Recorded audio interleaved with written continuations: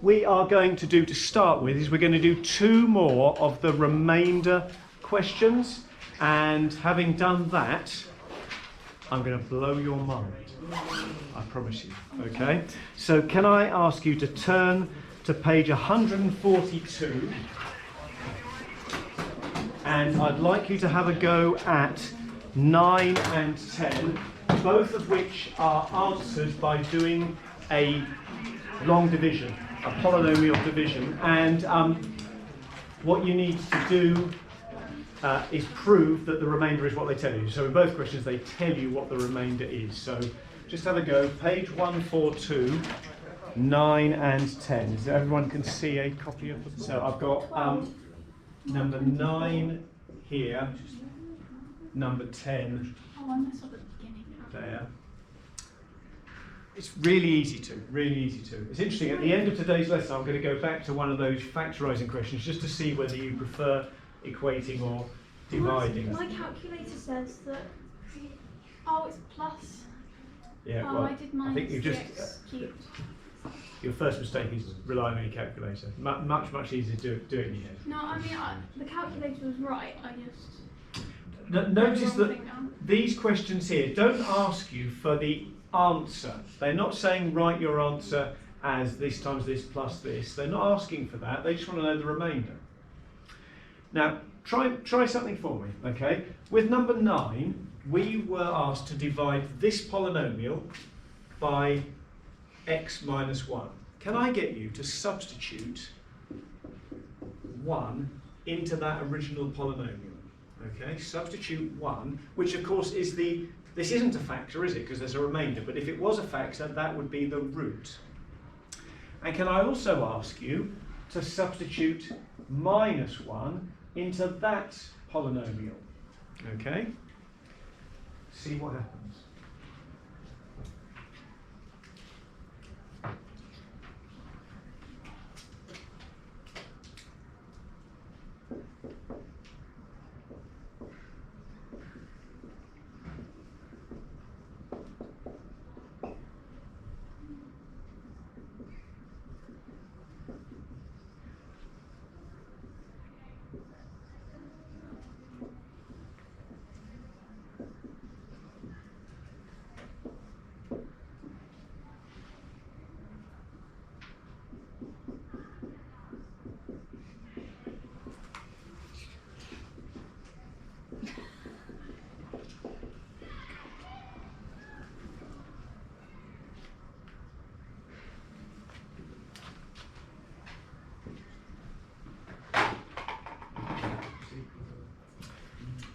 What do you get?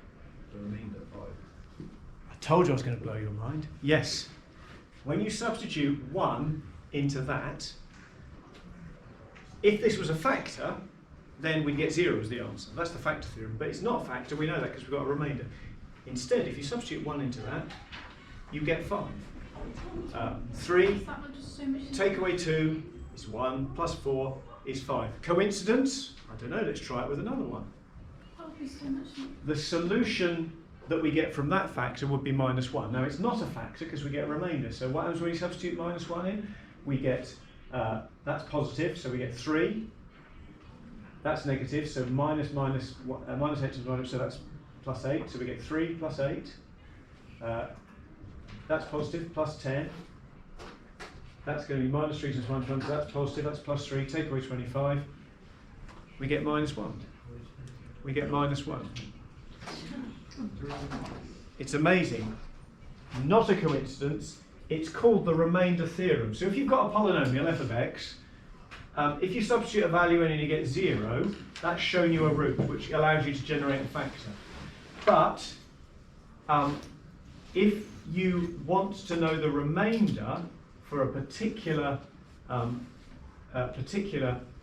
linear division, you can substitute the equivalent root in, and we call that the remainder theorem. So to find the remainder when dividing by x minus a, find f of a. So f of a gives us the remainder. So if this question had just asked me to show the remainder, which it did, as an alternative to this, I could have just substituted -1 in and shown that I got -1 as an answer. And question 9 also asked me just to find the remainder, show the remainder was 5. I could have done that by just substituting in. Now, that doesn't work for every question, because sometimes you're asked to give your answer fully, so they want to know this bit as well. But these two questions, it works fine. And on the same page, question 15, is another question that we could answer very easily with the remainder theorem. It's a slightly more complicated factor. What value would I have to substitute in for question 15? What's the -4 over 5, yeah? Are you happy that 5x would have to be -4 for that bracket to be, so I go on, hang on a minute, I'm going to race you, alright? I'm going to do the division, I'm going to divide it by 5x plus 4 to find the remainder. I'd like you to do f of -4/5.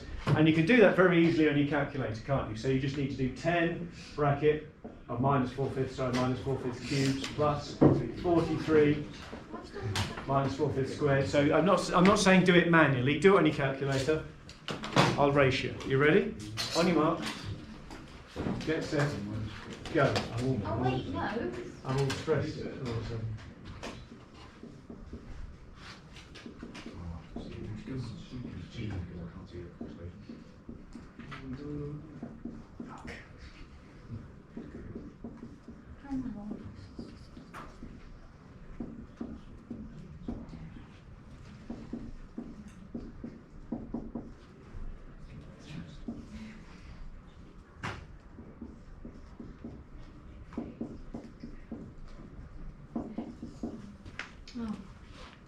Well, I might have got it wrong. 14.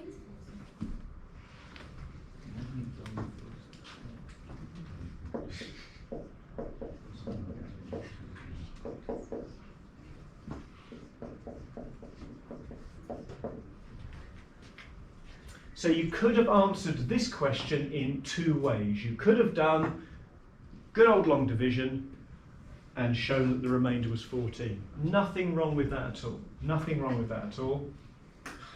But you could have also substituted in -4/5. I think if I used that approach, I would put in my notes using remainder theorem, just to clarify what I was doing. It's obvious to someone who knows what they're talking about, but I think it's all part of explaining a method. But yeah, that's how I would go about it. And there's nothing wrong with that approach. Have I made a mistake? No.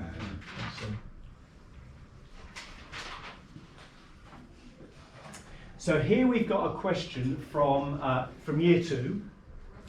But this is exactly what we've been doing. We're being asked to do a polynomial division, this divided by this, and they want to know the answer, and they want to know the remainder. However, we can't use the remainder theorem this time because they're not just after the remainder, they want to know the answer as well.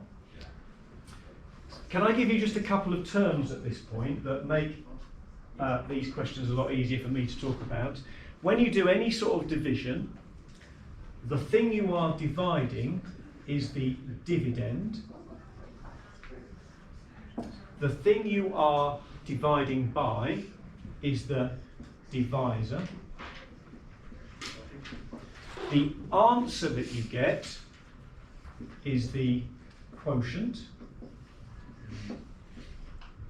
And then we'll get a remainder. What does the equal sign mean? Right, okay, so the triple equal sign means this is an identity which sometimes crops up. It just means it's true for all values. It's not just true for one value of x, so it's not an equation, it's an equivalent statement. Don't be thrown by that though. That we'll talk about identities later. So I can't just substitute in 3. I mean, I could do, if I wanted to use equating, because that would tell me d and that would leave me less work to do by equating, but I'm going to encourage you to do this one by division. So I'm going to do this by division. So this is year 2 and we can do it. We haven't, Why don't we just do it now? haven't got, well, that's why we are. Yeah, excellent. I need a dummy x. Well, you'll see why in a minute actually. Well, you see how it develops, how it's made a bit harder. I know that d is going to be a number because I'm dividing. My divisor is order 1, and remember I said the remainder is always has a an order 1 less than the divisor. We said that yesterday.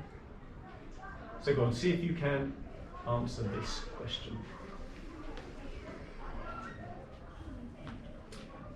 What that means is my answer, the quotient bit is x squared plus 4x plus 12, and the remainder is 29. Remember when we said what's 15 divided by 4, it was 3 and 3 out of 4, so that's why the remainder here is 29 out of x minus 3. And remember that that question, that answer could be written in a different way.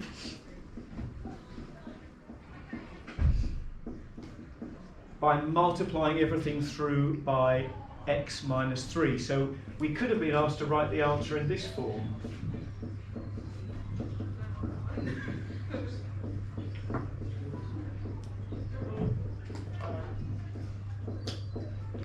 So that's an equivalent way of writing the answer to that division sum. It's not the one we used here because we were asked to write it in that form. But I hope you can see those two are interchangeable. Sorry, I'm getting a bit low on the board there, aren't I?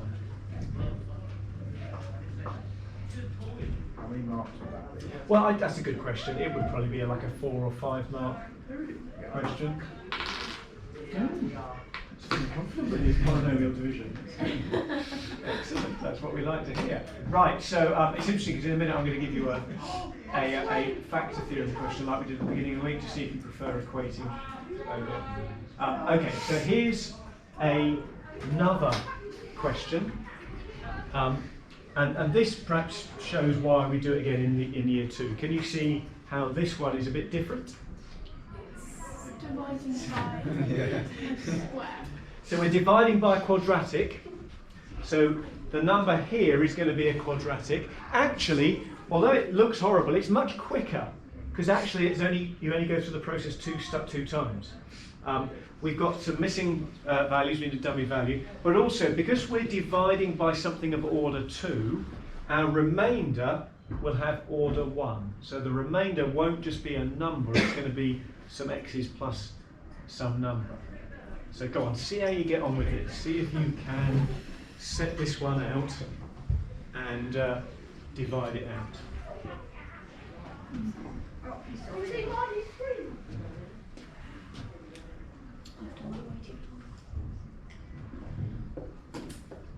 What, your bus stop? You can never have too long a bus stop.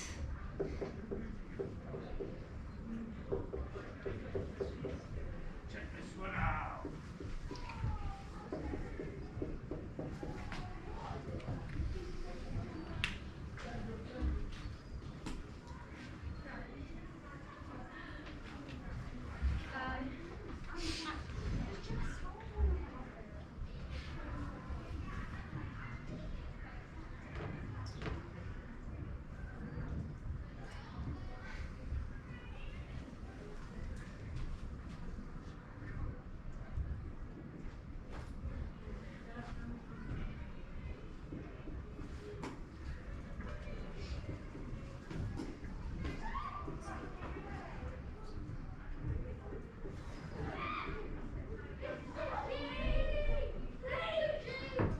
Now when I do my take away bit, I'm going to have 2 terms, aren't I, here? That's nothing, but I've got x cubed minus 2x cubed and 0x squared minus 3x squares. And then I'm going to bring the x down and say, right, what do I do to that to turn it into that?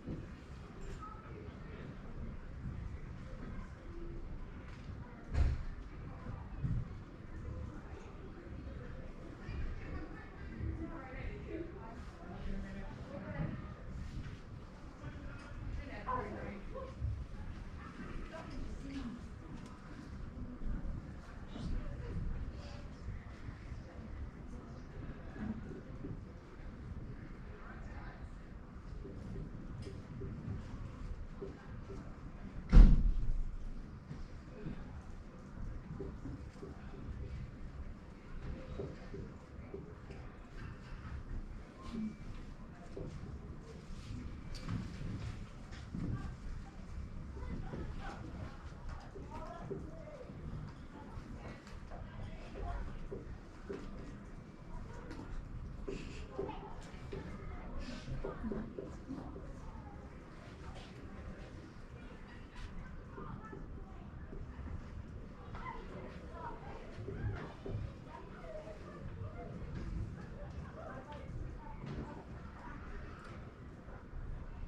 that's my answer.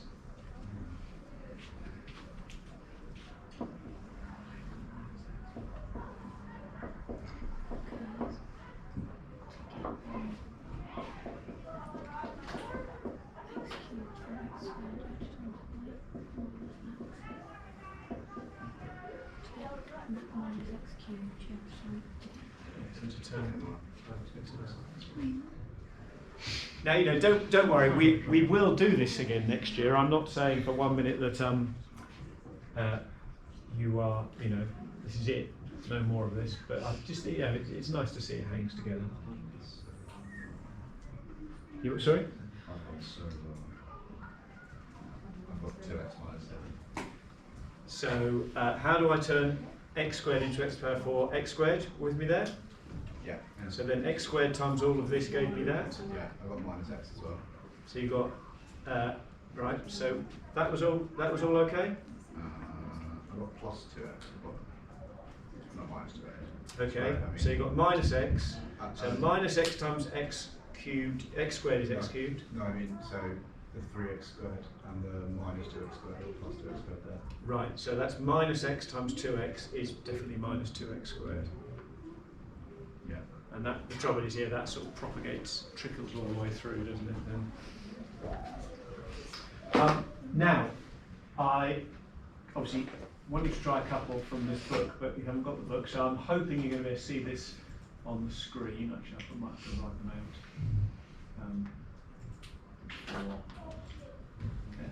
Great. So have a go at question 1.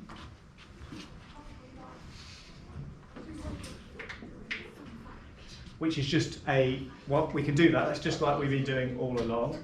And then have a go at question, now what shall we get to try? Yeah, question 6, which is like we've just done. Okay. So 1 and 6. I'm going to write them both over here again so that Grace and Beth can see them. Are you still recording? Yes, we go.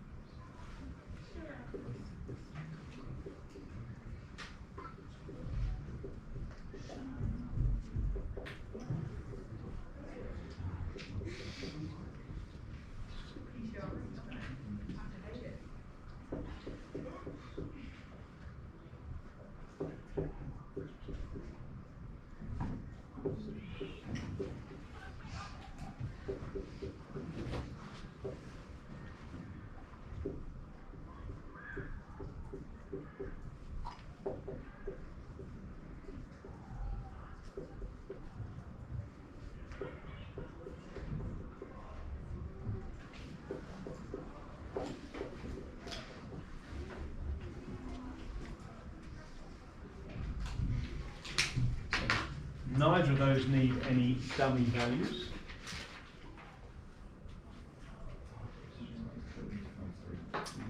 So the first one, I get a quotient of x squared plus x plus 2. I have seen those words used. Find the quotient and remainder. So the quotient is x squared plus x plus 2, and the remainder is minus 6. If you're on question 6.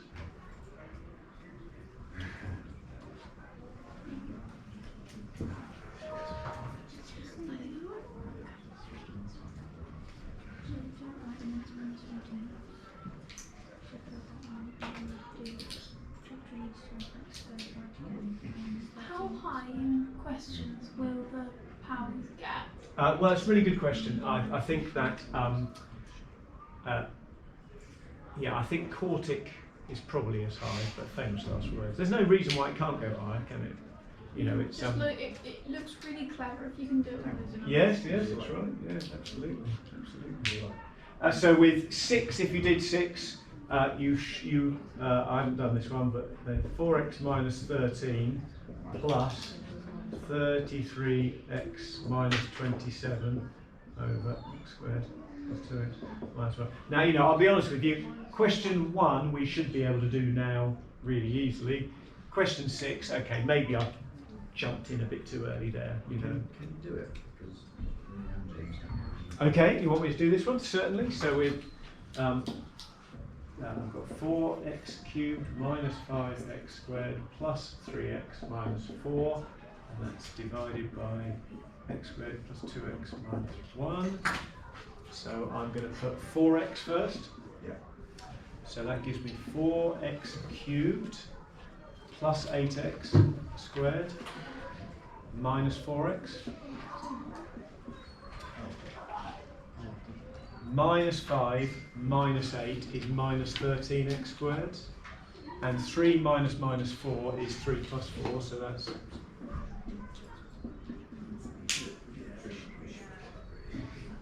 and then minus 13, so that's minus 13x squared minus 26x plus 13.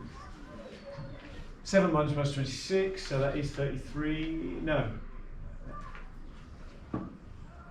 Yes, 33x minus 27, yeah. Is that okay?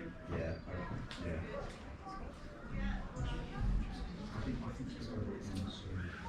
Right, I am interested to know how, given one of the original problems that we were faced with at the beginning of the week, how you would approach it, which way round you would go.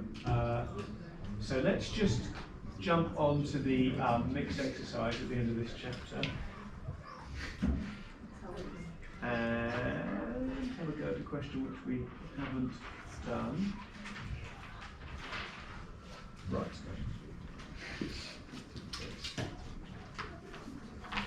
So this is sort of bringing things round full circle. So I'm saying to you here, right, this is a really hard version of the problems we were doing at the beginning of the week, before you learnt about long division. And if you remember, in the first lesson of the week, we talked about, well, firstly, we're not asked to show that 3x minus 2 is a factor, but if we were, we know that we would substitute in 2/3 into that and get 0 to show. We're not asked to do that, we're just asked to show that it can be written as 3x minus 2 times that. So we could use equating.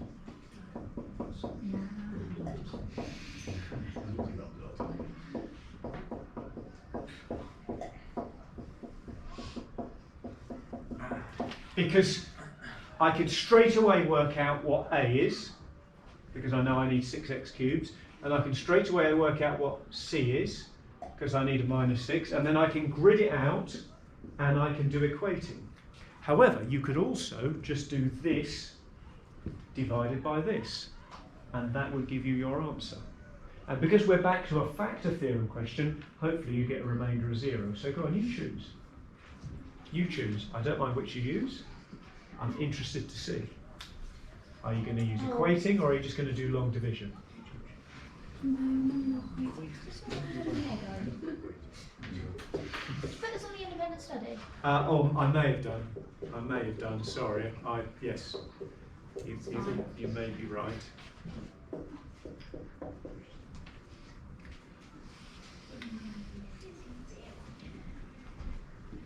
Sorry if you've already done it, but it's good to sort of illustrate that both methods are still valid, and also to start you thinking which one would you prefer.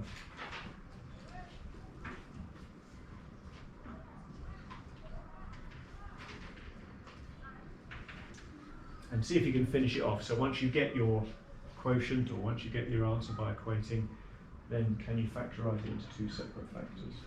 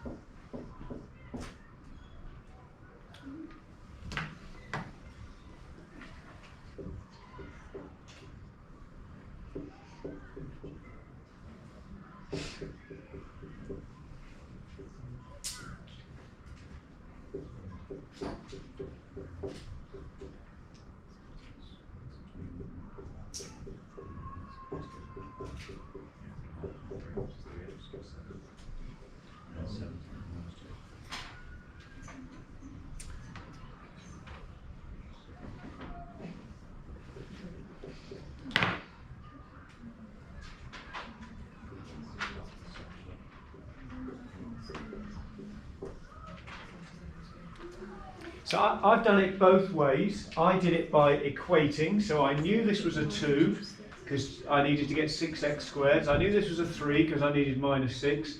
So I then gridded that out, but I was lazy. I only had one value to find. So I said, right, I'm going to go for x squared. So I found the two places where I've got an x squared and then compared my x squared. 17 in my original question, minus 4 plus 3b in my right-hand side. So I was able to work out b was 7, so that got me to here. Similarly, you would have got exactly the same answer if you did long division, and it factorises quite nicely, doesn't it? It's 2x and x plus 1 plus 3, is that right? So my roots, well, that's minus 3. 2x would have to be minus 1, so x is minus a half. And 3x would have to be 2, so x is 2/3. I always have to do that. I can't do that in my head. Some of you I know can. So go on. James, equating or dividing? Which way did you do it? I did the division. You did division? Division? Division or equating? Oh, so we all did division basically. We have an equator. Division. What? It's not? Division. Division. There we go. It's interesting, isn't it? It's just It's because we just did division. well, it is interesting, isn't it? No, it's quicker. It's definitely quicker. I did promise you at the beginning, didn't I? That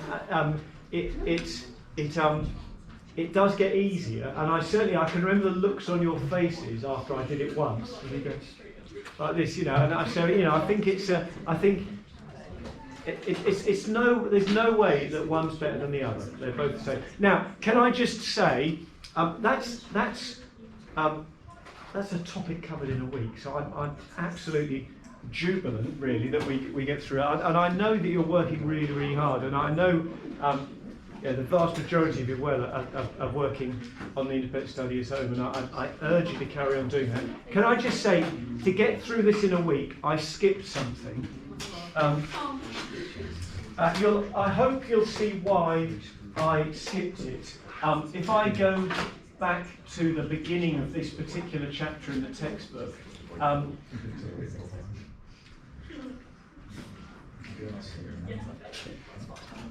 So back on page 139, question 2. I didn't do any of this algebraic fraction simplifying, which is from GCSE, because I sort of think you can probably do it. So, you know, simplify that. I've got x minus 2, so my answer's x plus 3. And simplify that, I've got 3x minus 1 top and bottom, so my answer's x plus 4. And where I need to factorise one, well, I'm pretty sure that one of the two brackets will be x plus 4, so I can factorise that one. And here I need to factorise both, but I'm pretty sure I'm going to get the same bracket top and bottom. So I might just have a look at it. Interestingly, some of these you can do by division. So for example, that one you can do by doing, gives you the answer. So I might just add that to independent studies, just because you know, if you glance at it and say, I'm absolutely certain I can do that, then that's fine. But that's the only bit of this that I skipped, and that means next week we're going to get into proof, which is a particularly meaty topic. There we go. Good stuff.